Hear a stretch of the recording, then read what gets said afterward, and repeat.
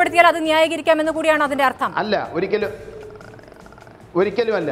എന്താണ് വ്യാജ ഏറ്റുമുട്ടൽ എന്നതിന്റെ വ്യാഖ്യാനമാണ് ശ്രീ പ്രകാശ് ബാബു ഇന്ന് അദ്ദേഹം നടത്തിയത്? എന്താണ് വ്യാജ ഏറ്റുമുട്ടൽ എന്നാണ് അദ്ദേഹം പറഞ്ഞത്? അല്ല, അതിന് തന്നെ പറഞ്ഞ 2 ഉദാഹരണങ്ങൾ 2 തരത്തിലുള്ളതാണെന്നാണ് ഞാൻ കൂടെ പറഞ്ഞത്. പിന്നെ വർഗീസിൻ്റെ കേസും മുത്തങ്ങ കേസും 2 ഉദാഹരണം പറഞ്ഞു. അതിലെ പരസ്പരമായ വ്യത്യാസമാണ് ഞാൻ അതിൻ്റെ കൂടെ ചൂണ്ടിക്കാണിച്ചത്. എന്നിട്ട് അതിൻ്റെ കൺക്ലൂഷൻസ് കോടിയേരി പറഞ്ഞത് ഈ സംഭവത്തെ സംബന്ധിച്ച് ഒരു മിനിസ്റ്റീരിയൽ അന്വേഷണത്തിന് ഗവൺമെന്റ് ഉത്തരവിട്ടിട്ടുണ്ട്.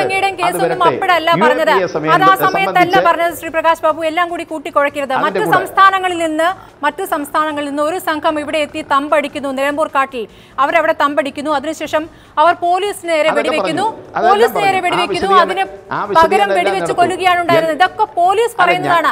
പോലീസ് പറയുന്നതിന് അതേപടി അദ്ദേഹം ആവർത്തിക്കുകയാണ് ചെയ്തത്. അത് CPI മുഖവിലേക്ക് എടുക്കുന്നുണ്ടോ ശ്രീ പ്രകാശ് ബാബു?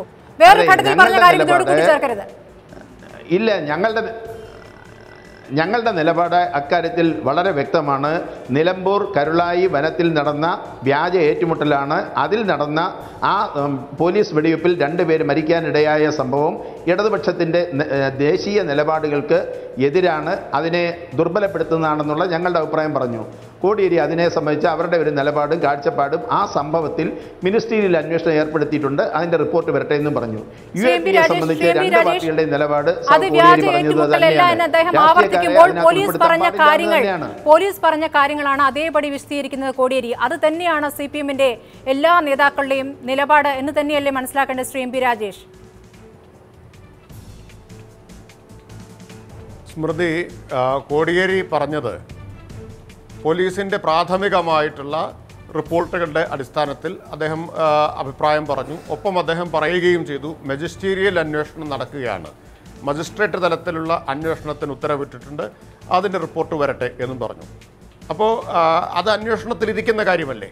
പിന്നെ വ്യാജ ഏറ്റുമുട്ടലുകളെ ഒരു കാലത്തും CPIM അംഗീകരിച്ചിട്ടില്ല. എക്കാലത്തും അതിനെതിരായ CPIMന്റെ നിലപാട് ഉദാഹരണങ്ങൾ സഹിതം സംശയം ഉണ്ടാക്കുന്ന ശ്രീ MP രാജേഷ്, നിങ്ങൾ എല്ലാ സമയത്തും സൊഹ്റാബുദ്ദീൻ ഷെയ്ഖിന്റെ വിഷയവും തുളസി പ്രജാപതിയുടെ വിഷയവും ഒക്കെ എടുത്തു പറയാറുണ്ട്, ഇസ്രത് ജഹാന്റെ വിഷയം ഒക്കെ എടുത്തു പറയാറുണ്ട്. അങ്ങനെ ഇനി പറയാൻ നിങ്ങൾക്ക് സാധിക്കുമോ എന്ന ചോദ്യമാണ് ഇന്നത്തെ കോടിയേരിയുടെ പ്രതികരണത്തിൽ നിന്നും ഉയരുന്നത്. ഈ പറഞ്ഞ ഉദാഹരണങ്ങൾ ഒന്നും പോലെയല്ല ഇപ്പോൾ നിലമ്പൂരിൽ സംഭവിച്ചത്. സൊഹ്റാബുദ്ദീൻ ഷെയ്ഖിൻ്റെ കാര്യത്തിൽ പോലീസ് അറസ്റ്റ് ചെയ്ത് അദ്ദേഹത്തെയും ഭാര്യയെയും കൊണ്ടുപോയി തടങ്കലിൽ വെച്ച് പീഡിപ്പിച്ച് കൊലപ്പെടുത്തുകയാണ് ചെയ്തിട്ടുള്ളത്. അതേ സമാനമായിട്ടുള്ള സംഭവം തന്നെയാണ് വർഗീസിൻ്റെ കാര്യത്തിലും ഉണ്ടായിട്ടുള്ളത്. അപ്പോൾ അത് സമാനമായ സംഭവമാണ് ആസാദ് എന്ന് പറയുന്ന മാവോയിസ്റ്റ് നേതാവിൻ്റെ കാര്യത്തിലും ഉണ്ടായത്. അറസ്റ്റ് ചെയ്ത് വനത്തിനുള്ളിൽ കൊണ്ടുപോയിട്ട് വെടിവെച്ച് കൊല്ലുകയാണ് ചെയ്തിട്ടുണ്ടായിട്ടുള്ളത്. എന്നാൽ സമാനമായ നിലയിൽ ആരെങ്കിലും അറസ്റ്റ് ചെയ്ത ആളുകളെ പിന്നീട് കൊണ്ടുപോയി അവരുടെ കയ്യിൽ ആയുധവും പിടിപ്പിച്ച് വെടിവെച്ചു കൊല്ലുന്ന സ്ഥിതിയല്ല ഉണ്ടായത് എന്ന് പ്രാഥമിക വിവരങ്ങളുടെ അടിസ്ഥാനത്തിൽ കോടിയേരിയുടെ പറയുകയുണ്ടായി. അദ്ദേഹം തന്നെ പറഞ്ഞു മജിസ്റ്റീരിയൽ അന്വേഷണം നടക്കുകയാണ്, അതിൻ്റെ വിവരങ്ങൾ പുറത്തു വരട്ടെ എന്നും പറഞ്ഞിട്ടുണ്ട്. അപ്പോൾ എന്തായാലും ഈ സംഭവങ്ങളൊന്നും പോലെ ആസാദിൻ്റെയോ സൊഹ്റാബുദ്ദീൻ ഷെയ്ഖിൻ്റെയോ അതിനു മുമ്പ് വർഗീസിൻ്റെയോ ഒക്കെ സംഭവങ്ങൾക്ക് സമാനമല്ല നിലമ്പൂരിലുണ്ടായത് എന്നാണ് കോടിയേരി ചൂണ്ടിക്കാണിച്ചത്. ശ്രീ NM പിയേഴ്സൺ, വളരെ വ്യക്തമായൊരു മറുപടിയാണോ ഈ വിഷയത്തിൽ കോടിയേരിയുടെ ഭാഗത്തുനിന്നുണ്ടായത്? മറ്റൊരു സംസ്ഥാനത്തിൽ നിന്നും ഇവിടെ കടന്നു വന്നു ഒരു സംഘം, അവിടെ തമ്പടിച്ചു എന്ന രീതിയിലൊക്കെയാണ് കാര്യങ്ങൾ അവതരിപ്പിക്കുന്നത്. അത് തീർച്ചയായിട്ടും പൊതുസമൂഹത്തിന് സ്വീകാര്യമല്ലാത്തതായിട്ടുള്ള അഭിപ്രായ പ്രകടനമായി മാറുന്നത് കൊണ്ട് തന്നെയാണ് അതിശക്തമായിട്ടുള്ള ഒരു വിമർശനം ഈ കാര്യത്തിൽ പൊതുസമൂഹത്തിൽ നിന്ന് ഉയർന്നു വരുന്നത്. ആ ഉയർന്നു വരുന്ന അഭിപ്രായത്തെ അല്ലെങ്കിൽ വിമർശനത്തെ അതിൻ്റെ സ്വീകാര്യത കണ്ടുകൊണ്ട് തന്നെ CPI ഏറ്റെടുത്തു എന്നുള്ളതാണ് ഏറ്റവും പ്രധാനപ്പെട്ട കാര്യം. അതവർ വളരെ വ്യക്തമായിട്ട് മുന്നോട്ട് വെക്കുന്ന സമയത്ത് അതിന് വ്യക്തമായിട്ടുള്ളൊരു മറുപടി പറയാനായിട്ട് കോടിയേരി ബാലകൃഷ്ണന് കഴിഞ്ഞിട്ടില്ല എന്ന് തന്നെയാണ് എനിക്ക് തോന്നുന്നത്. സംബന്ധിച്ചിടത്തോളം ഗുജറാത്ത് സർക്കാർ എടുക്കുന്ന ഒരു നിലപാട് പോലെ അവർ നടത്തുന്ന പ്രതികരണം പോലെ തന്നെയല്ലേ ഇതും? പ്രാണേഷ് കുമാർ മലയാളിയാണ്, ഇസ്രത് ജഹാൻ മഹാരാഷ്ട്രക്കാരിയാണ് എന്നൊക്കെ പറയുന്നത് പോലെയല്ലേ മറ്റു സംസ്ഥാനത്ത് നിന്ന് ഇവിടെ വന്ന് തമ്പടിച്ചു എന്ന് പറയുന്നത്? അപ്പോൾ എവിടെയാണ് ദേശീയത? തീർച്ചയായിട്ടും അതുതന്നെയാണ് പ്രശ്നം.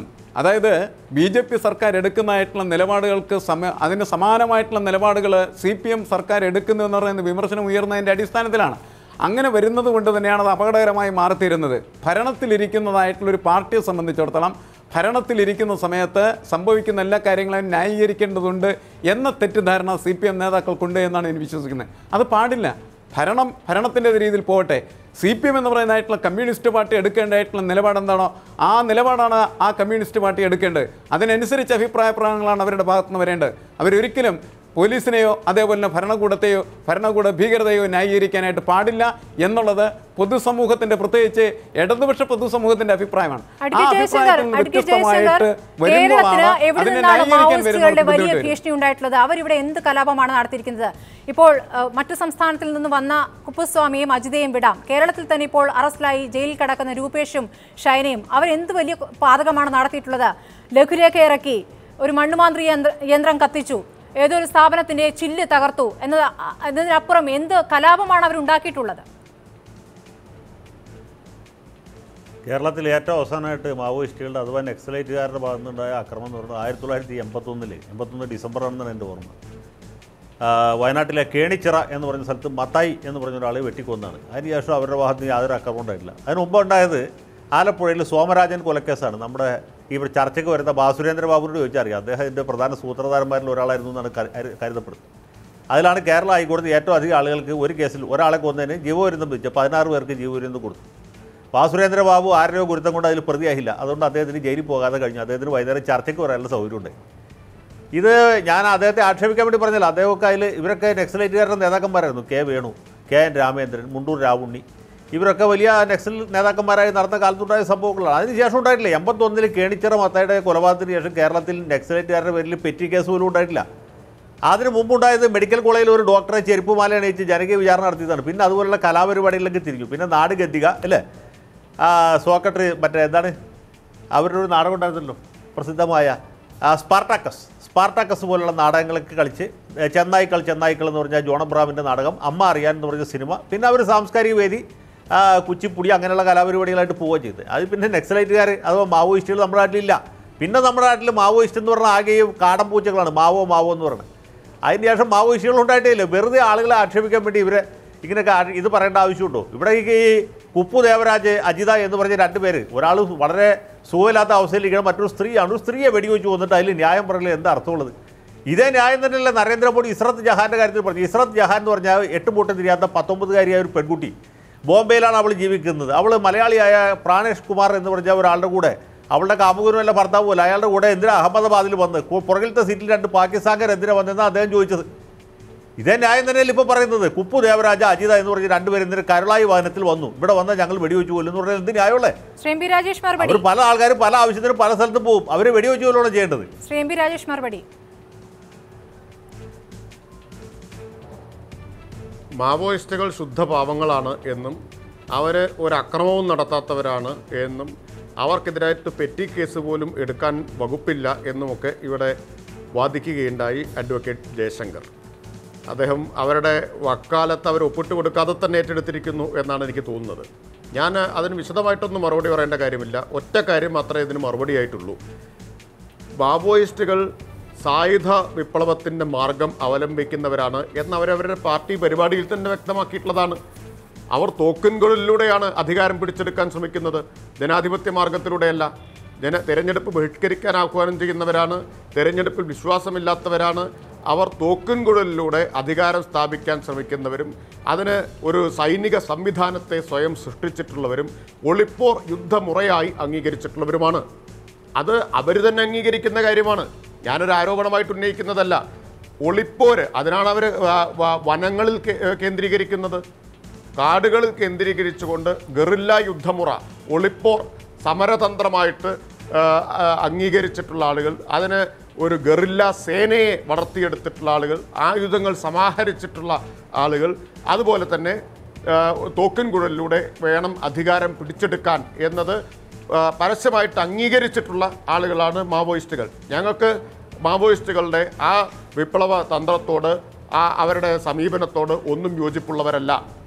അപ്പോൾ ഇത്രയും അവർ തന്നെ അംഗീകരിക്കുമ്പോൾ അവർ ശുദ്ധപാവങ്ങളാണെന്നും അവർ ഒരു ഇറുമ്പിനെ പോലും നോവിക്കാത്തവരാണ് എന്നുമൊക്കെ സർട്ടിഫിക്കറ്റ് കൊടുക്കുന്നത് എത്രത്തോളം സത്യസന്ധമാണ്, വസ്തുതാപരമാണ് എന്ന് കേൾക്കുന്നവർ തീരുമാനിക്കും. ചോദ്യം ചെയ്താൽ പോരായിരുന്നോ?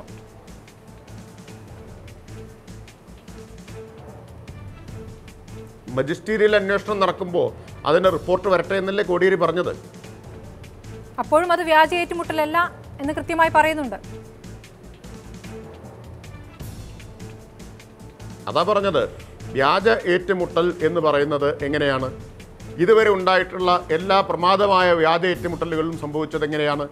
അറസ്റ്റ് ചെയ്ത ശേഷം പലപ്പോഴും ദിവസങ്ങൾ ചോദ്യം ചെയ്യുകയോ പീഡിപ്പിക്കുകയോ ഒക്കെ ചെയ്ത ശേഷം പിന്നീട് സൗകര്യപ്രദമായ ഒരു സമയത്ത് ഒരു സ്ഥലത്ത് കൊണ്ടുപോയി വെടിവെച്ച് കൊല്ലുക, കോൾഡ് ബ്ലഡഡ് മർഡർ എന്ന് പറയുന്നതാണ് ഈ വ്യാജ ഏറ്റുമുട്ടൽ കേസുകളിലെല്ലാം ഇതുവരെ ഉണ്ടായിട്ടുള്ളത്. ഞാൻ ഉദാഹരണങ്ങൾ ആവർത്തിക്കേണ്ട കാര്യമില്ലല്ലോ. അതുപോലെ ഒന്നാണ് എന്ന് ഇവിടെ തെളിയിക്കപ്പെട്ടിട്ടുണ്ടോ? ഇതുവരെ ലഭ്യമായ വിവരങ്ങളുടെ അടിസ്ഥാനത്തിൽ ബാക്കി മജിസ്ട്രേറ്റിൽ അന്വേഷണം നടക്കുകയാണല്ലോ.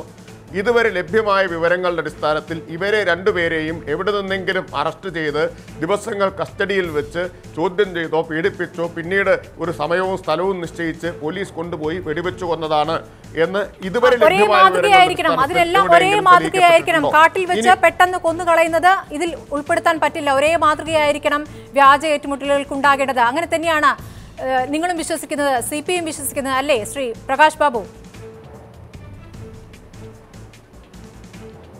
അല്ല സ്മൃതി, ഞങ്ങളീ ഒരാളും പറയുന്നത് പൂർത്തിയാക്കാൻ സ്മൃതി സമ്മതിക്കുന്നില്ല എന്നാണ് എനിക്ക് തോന്നുന്നത്. ഞാൻ പറഞ്ഞു വന്നത് തന്നെ വ്യാജ ഏറ്റുമുട്ടലിനെ സംബന്ധിച്ച് CPM-ൻ്റെ നിലപാട്, നിലമ്പൂർ കേസിനെ സംബന്ധിച്ചുള്ള കോടിയേരി പറഞ്ഞു.